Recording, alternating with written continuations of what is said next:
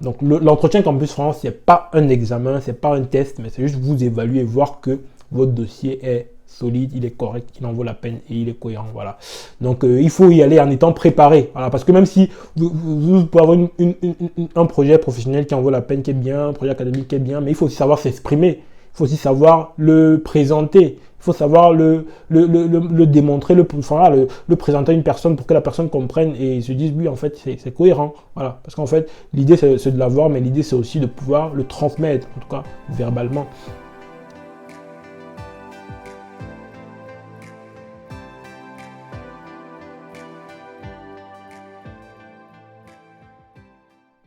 Bonsoir à tous et bienvenue sur la chaîne Studies and Careers. Encore Joachim. Donc aujourd'hui, on aborde un nouveau sujet. Il s'agira aujourd'hui de parler de l'entretien Campus France. Donc le but de cette vidéo sera de vous donner en fait les clés, en fait, les astuces pour vous permettre justement de réussir l'entretien Campus France. Donc l'idée déjà sera de comprendre de quoi il est question. Voilà, c'est quoi le but de l'entretien Campus France, c'est quoi l'entretien Campus France et comment en fait réussir l'entretien Campus France. Avant de poursuivre ma vidéo, j'aimerais rappeler un truc important à tous ceux qui poursuivent les démarches d'études à l'étranger, les démarches d'études en France.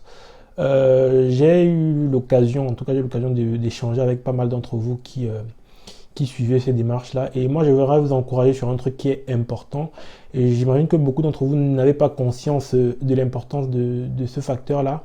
C'est que vous devrez apprendre à ne pas perdre de temps. C'est-à-dire, je pense que vous devez être conscient du fait que, surtout dans la période actuelle, une période de crise sanitaire, les choses vont évoluer et fonctionner de manière un peu différente, des fois d'avant. Donc, je pense que cette année risque un peu d'être comme l'année d'avant, l'année dernière, hein, avec le coronavirus. Donc, le traitement des dossiers au niveau des universités, ça risque de prendre un peu plus de temps ou ça risque d'être un peu ralenti. Donc, ne perdez pas de temps. Ne perdez pas de temps. Soyez conscient de cela vraiment. Vous n'aurez peut-être pas assez de temps. Hein. Voilà, il faut y aller à fond. C'est-à-dire quand vous vous engagez, quand vous y mettez là, allez-y à fond. Ne prenez pas de temps, ne prenez pas 3 semaines pour remplir votre dossier. Quoi. Ne prenez pas. Si vous avez déjà préparé votre projet professionnel, votre projet académique, vous avez déjà choisi votre université. Enfin, en tout cas, si vous avez déjà une idée de ce que vous voulez faire, ça ne sert à rien de. Voilà, ne passez pas un mois à créer votre dossier, à ouvrir votre compte. Allez-y tout de suite. Hein. Voilà, et apprenez aussi à être autonome. Moi, je vous encourage à ça parce que dites-vous que les démarches Campus France que vous faites là, c'est juste un aperçu de ce qui vous attend quand vous allez arriver en France. Ça, c'est vraiment le goûter, vous voyez ce que je veux dire. C'est-à-dire quand vous allez arriver en France, vous aurez encore plus de démarches que ça. Et il faut apprendre à être autonome, il faut apprendre à faire vos démarches un peu tout seul. Voilà, on fait ces vidéos-là pour vous prendre la main, vous prendre par la main, pour vous montrer, vous encourager comment faire les choses. Mais mettez-y aussi du vôtre, quoi. Et voilà, allez-y à fond, soyez autonome, soyez précis, allez-y tout de suite, ne perdez pas de temps. Voilà, on ne va pas vous attendre. Hein. Il vaut mieux gagner en temps et faire les choses proprement avec une longueur d'avance que de faire rapidement et vite à la dernière minute et mal, quoi. Donc, j'aimerais vraiment insister dessus pour tous ceux qui font leur démarche maintenant. Ne perdez pas de temps, c'est important, surtout dans les conditions sanitaires actuelles. Ça risque encore d'être un peu compliqué. Donc, allez-y, quoi, et faites les choses proprement. Et comme d'habitude, si vous avez des questions, n'hésitez pas à nous contacter. Donc là, c'était une parenthèse. On va pouvoir revenir sur notre sujet. Et avant de revenir sur notre sujet, j'aimerais rappeler à tous ceux qui écoutent les vidéos de cette chaîne de s'abonner et de partager. Voilà, le but, c'est que vraiment le maximum de personnes puissent être touchées. Voilà, on est là pour vous accompagner, pour vous montrer un peu la voie à suivre, quoi, pour ceux qui veulent étudier à l'étranger. Et dans des prochaines vidéos, on va aborder d'autres sujets aussi et ça va essayer de frapper, de viser un maximum de personnes.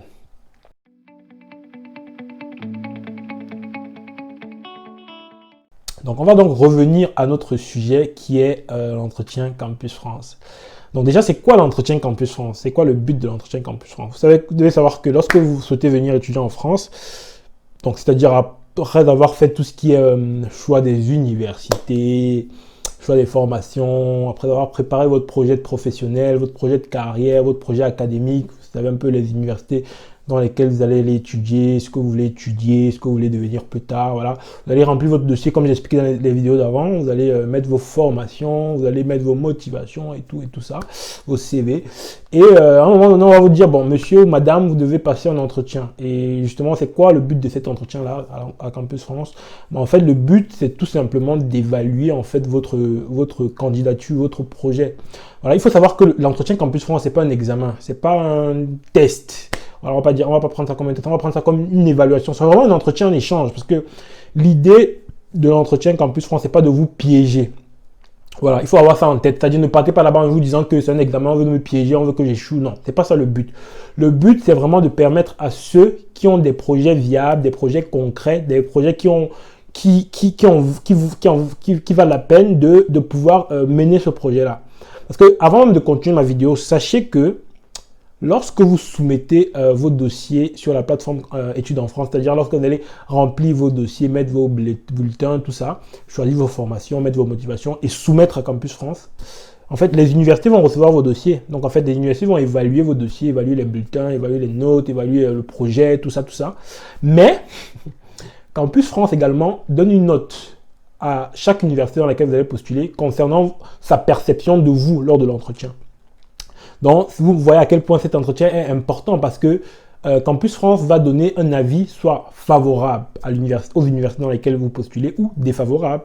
Donc, il est crucial justement, lorsque vous arrivez à l'entretien, de vraiment montrer que ce que vous avez, en tout cas ce que vous souhaitez mettre en place comme projet est mûr, est concret, en vaut la peine. Voilà. Donc en fait, l'idée de l'entretien, voilà, c'est vraiment de montrer que vous avez bien réfléchi à ce que vous voulez faire, vous êtes bien conscient des enjeux, des tenants et des aboutissants, et voilà, que vous n'êtes pas un touriste, que vous n'êtes pas une personne on se dit, bon, à qui on a dit juste, voilà, tu vas aller étudier en France, vas-y, fais le dossier Campus France. Non, on veut vraiment que vous soyez quelqu'un qui a vraiment, on veut vraiment des gens qui ont mûri leur projet, qui ont en tête quelque chose de clair, quoi. Voilà, c'est ça le but. Et donc c'est pour ça que j'insiste dans toutes mes vidéos depuis le début, en disant, faites les choses de manière cohérente. C'est-à-dire du début à la fin, parce que ça va vous suivre de bout en bout jusqu'à ce que vous arriviez ici. En tout cas, jusqu'à ce que vous ayez le visa, ça va vous suivre. Donc, faites les choses de manière cohérente de bout en bout. Ne faites rien au hasard, ne choisissez rien au hasard, parce que sinon, ça se paye cash.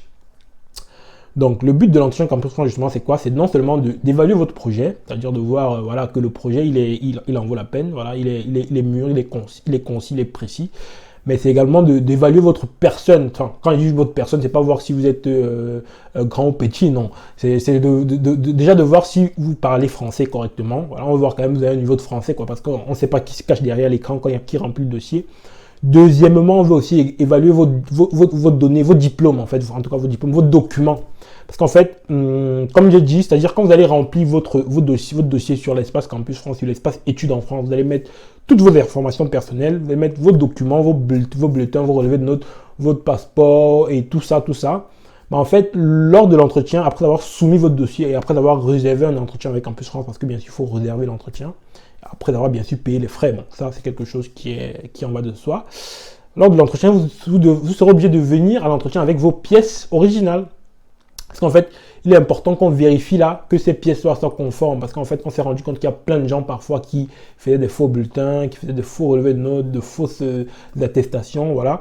Et donc, l'idée, c'est vraiment d'authentifier ça. Donc, ne vous méprenez pas en allant chercher à faire des choses qui ne sont pas correctes. Faites attention, sinon ça se paye cash. Donc, faites des choses de manière honnête. Voilà, ne cherchez pas à filouter une personne ou je sais pas trop quoi. Faites les choses vraiment honnêtement, quoi. Sinon, ça va se payer cash. Donc, on va évaluer votre projet, on va également évaluer vos compétences linguistiques. Enfin, on va pas évaluer vos compétences linguistiques en termes de est-ce que tu parles très bien français ou pas, mais on va voir au moins si vous avez votre niveau en français pour voir si ça passe, quoi. Et vos documents. Donc l'idée c'est ça. Donc l'entretien Campus France, c'est pas un examen, c'est pas un test, mais c'est juste vous évaluer et voir que votre dossier est solide, il est correct, il en vaut la peine et il est cohérent, voilà. Donc il faut y aller en étant préparé, voilà, parce que même si vous pouvez avoir un projet professionnel qui en vaut la peine, qui est bien, un projet académique qui est bien, mais il faut aussi savoir s'exprimer, il faut aussi savoir le présenter, il faut savoir le démontrer, le présenter à une personne pour que la personne comprenne et se dise oui en fait c'est cohérent, voilà, parce qu'en fait l'idée c'est de l'avoir, mais l'idée c'est aussi de pouvoir le transmettre, en tout cas verbalement.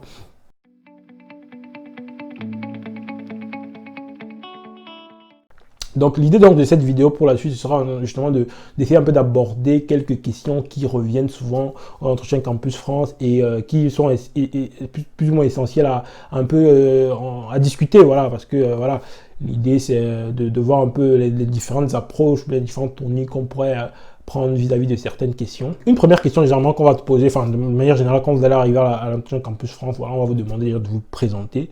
Donc lorsqu'on vous demande de vous présenter, l'idée c'est vraiment voilà, ce ne sera pas de détailler votre acte de naissance, non, mais vous présentez, vous donnez votre nom, vous donnez de manière un peu brève, votre background, vos études, ce que vous faites actuellement, et ce que vous aimeriez faire en fait, pourquoi vous êtes là, pourquoi vous êtes devant la dame. Donc l'idée c'est de leur dire, ouais, je suis là-bas, j'étudie ici, je fais ça, et voilà, et j'aimerais justement poursuivre mes études en France. La raison pour laquelle je suis là pour l'entretien, pour vous présenter ma motivation et pour vous présenter mon projet et comment je compte construire ce projet-là. Donc l'idée c'est ça, vous n'allez pas détailler tout, mais en fait vous montrez que vous êtes là pour un but précis, pour vous montrer que vous êtes là par rapport à votre projet.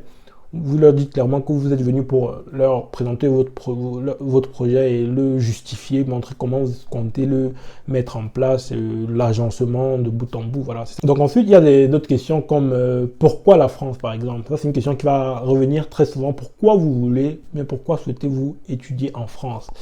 Donc l'idée, c'est pas de dire que oui, au Cameroun, il y a beaucoup de corruption, il y a beaucoup de ça, j'arrive pas à aller dans telle école parce qu'il faut payer ou bien je sais pas trop. Non, enfin, ça peut arriver, ça peut être le cas même dans certains pays, mais c'est pas ce que vous allez mettre en avant. Ne mettez pas ça en avant. Mettez en avant le fait que la France, c'est un pays, par exemple, où les études sont... La qualité de la formation, elle est bonne déjà, vous pouvez le mettre en avant. Et vous pouvez également mettre en avant le fait peut-être que par rapport à votre projet professionnel, bien par rapport à votre rêve plus tard, peut-être votre pays d'accueil ne vous forme, votre pays d'origine ne vous offre pas ces possibilités-là. Voilà. Et vous pouvez également mettre en avant le fait que les études en France ne sont pas aussi élevées que dans d'autres pays, par exemple les États-Unis. Donc l'idée, c'est pas de diaboliser un pays ou bien de diaboliser là d'où vous venez. Non, ne faites pas ça.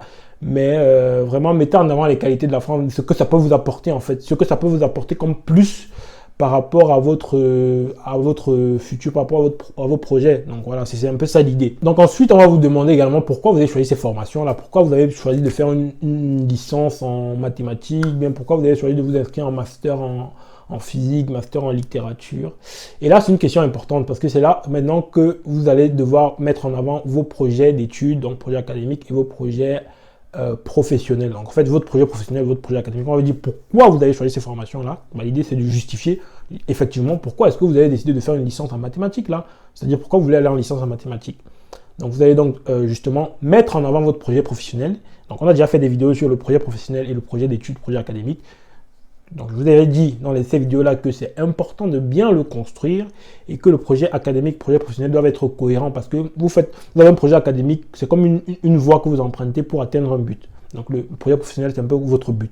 Donc, l'idée, c'est d'avoir plus ou moins des informations un peu détaillées sur ce que vous aimeriez faire dans votre futur, dans votre carrière, donc de le présenter et de leur dire clairement que justement par rapport à ce qui m'intéresse, par rapport aux études, par rapport à une carrière en droit international à l'ONU ou bien je sais pas trop, je sais qu'il est important pour moi de passer par cette formation-là. En tout cas, cette formation-là va me donner les acquis nécessaires pour pouvoir poursuivre après un master ou bien aller à Sciences Po, enfin je sais pas trop. Chacun connaît son projet, chacun connaît le projet qu'il a et il faut juste que la manière dont vous le présentez soit... On sent qu'il y a de la cohérence et il y a vraiment eu de la réflexion, de la maturité dans ça. Voilà, il ne faut pas que ce soit au hasard. Parce que dites-vous que si vous commencez à bégayer là-bas devant la personne qui est en face de vous, vous mettez vraiment dans une mauvaise situation parce qu'on se dit, bon, voilà, on s'attend à ce que vous soyez préparé, quoi. Donc ne venez pas bégayer, venez vraiment préparer et montrer vraiment de l'assurance et de la conviction. Parce qu'il faut même que la personne à qui vous vous adressiez, voilà, se disent, en fait, la personne que j'ai en face de moi sait exactement ce qu'elle veut. C'est-à-dire, elle sait vraiment ce qu'elle veut, elle sait où elle va. Et là, vraiment, il n'y a pas de doute, quoi. On ne vous embête pas. Mais si vous venez bégayer là, hésiter là, non, ça c'est un peu dommage. Donc, faites attention à ça. Donc on va vous demander également pourquoi peut-être ce domaine, pourquoi vous voulez travailler dans le droit, dans une ONG, ou bien pourquoi vous voulez travailler dans l'écologie, voilà, pourquoi vous voulez être pilote de ligne, pourquoi vous voulez travailler dans l'aéronautique. Ce sont des questions qu'on peut vous poser, et je pense que ce sont des questions aussi que vous devez vous poser, c'est-à-dire pourquoi vous voulez vous impliquer dans tel ou tel domaine, dans telle carrière. Voilà. Est-ce que c'est juste parce qu'on vous a dit, dans votre père ou bien votre mère vous a dit, je veux que tu sois médecin, tu as dit, ok, je vais être médecin. Voilà. Ce sont des choses que vous devez, des questions que vous devez même vous poser déjà à vous. Et le jour de l'entretien, justement, si vous êtes suffisamment posé ces questions-là, vous n'allez pas hésiter 2 secondes à dire en fait que, à dire pourquoi vous avez développé cette passion-là, cette envie. Moi, je me souviens quand moi je faisais les entretiens Campus France, moi, comme j'avais dit dans les dernières vidéos, moi j'ai toujours voulu être pilote de ligne. Pourquoi? Parce que justement, quand moi j'étais en 4e, 3e, je regardais beaucoup de National Geographic et je regardais beaucoup de crash d'avion et tout. Et moi, en fait, ça me passionnait de me dire en fait que voilà, c'est possible que je sois aussi pilote et que j'évite de faire des crashs d'avion parce que j'apprends à manier un avion. Enfin, c'était un intérêt et voilà, c'est un peu comme ça que j'ai présenté la chose. Et chacun peut le présenter de différentes manières. Il n'y a pas une manière général bien fixe de l'affaire. Voilà, il faut que chacun ait un intérêt particulier. On peut développer des intérêts pour tel ou tel truc, mais il faudrait que voilà, on arrive à donner des raisons à des choses. Vous voyez, peut-être que lorsque vous êtes en entretien, on voit lui, il a construit son truc, il sait ce qu'il veut faire, il sait pourquoi il veut le faire. On l'a pas forcé à le faire parce que voilà, c'est peut-être une passion, c'est peut-être un besoin, un problème qu'il veut résoudre. Et voilà, c'est des choses que vous devez mettre en avant lors de l'entretien pour qu'on vous accorde de la crédibilité. C'est important. Donc, on peut également vous poser la question de savoir pourquoi est-ce que vous souhaitez, ayant obtenu une licence, ou ayant obtenu un master, pourquoi est-ce que vous souhaitez repostuler en licence ou repostuler en master? C'est une question que j'ai abordée dans ma dernière vidéo. Je vous ai dit, c'est important de savoir justifier le fait que vous rétrogradiez. C'est-à-dire, si vous le faites, on va toujours vous poser cette question-là. Donc, soyez prêt à répondre pourquoi vous le faites. Et je vous ai dit, et je le redis encore, ne repostulez pas, enfin en tout cas, essayez au maximum d'éviter de postuler à des formations.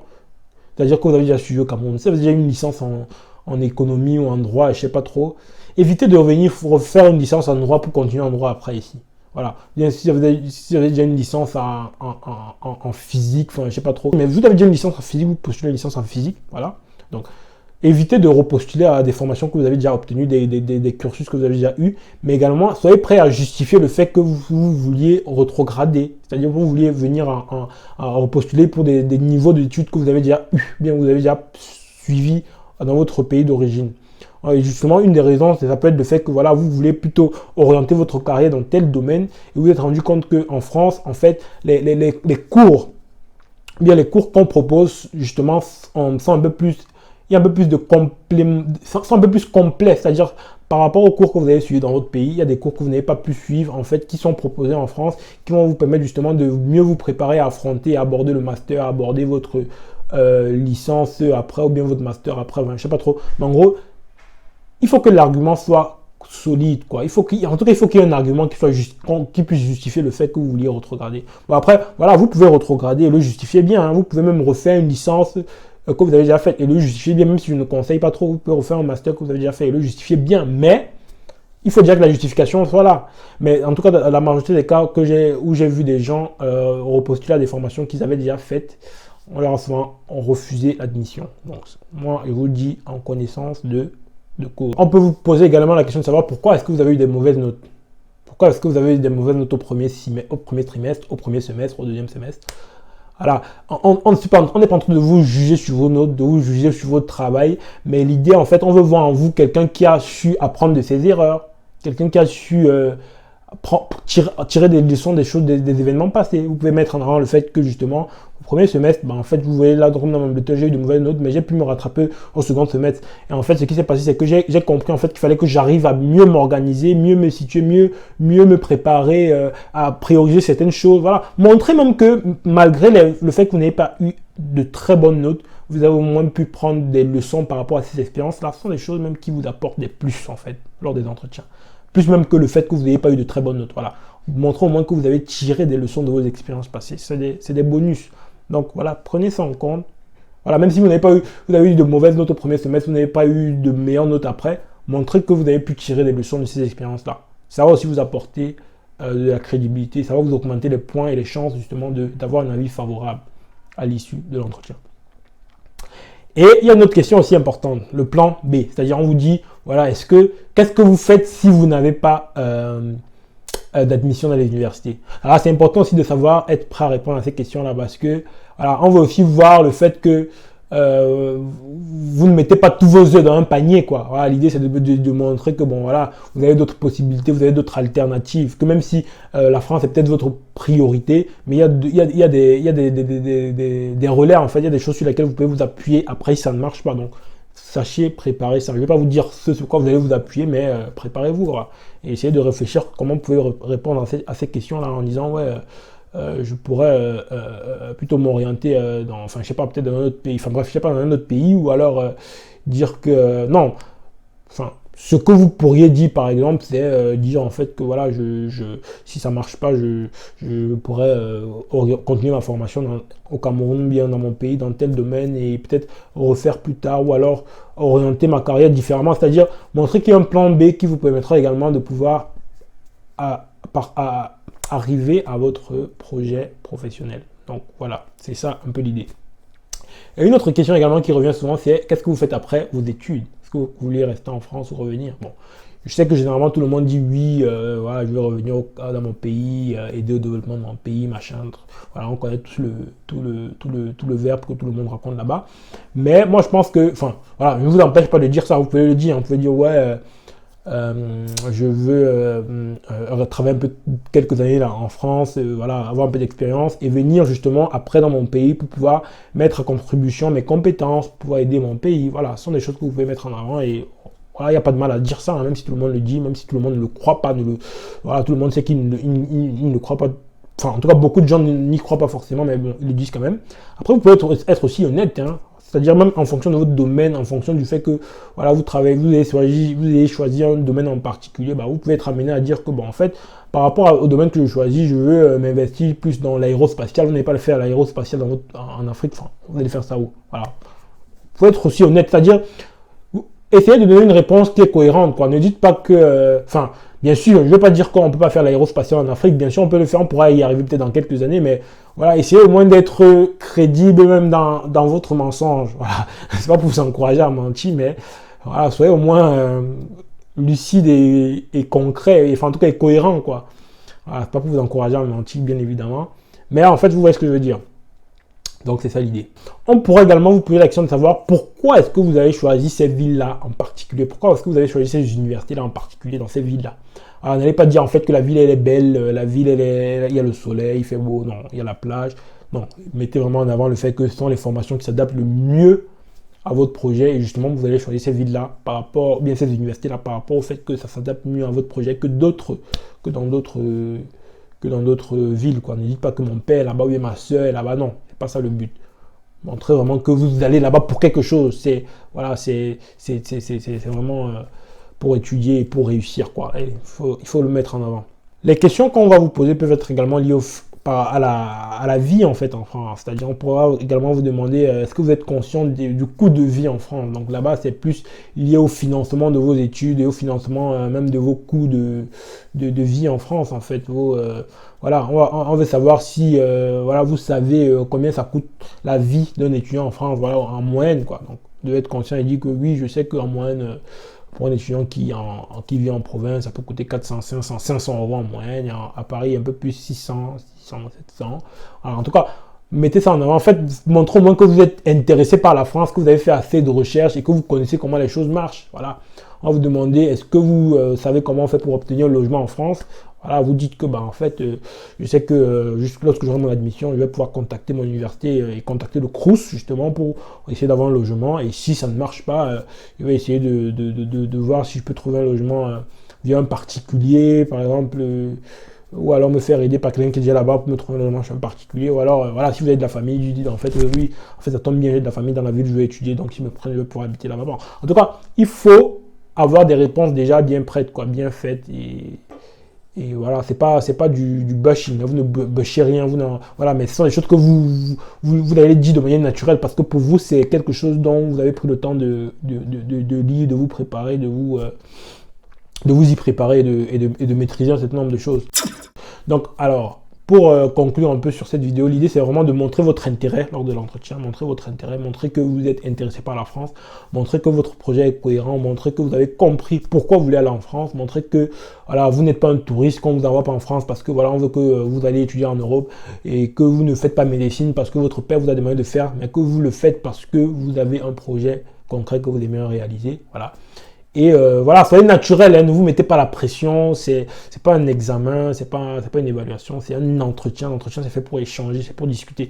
Et c'est la manière dont vous allez dire les choses qui va être prise en compte. Donc dites-le bien, ne vous mettez pas la pression, parlez doucement et ça va bien se passer, quoi. Donc si vous avez des questions, n'hésitez pas à nous contacter, à nous envoyer un mail.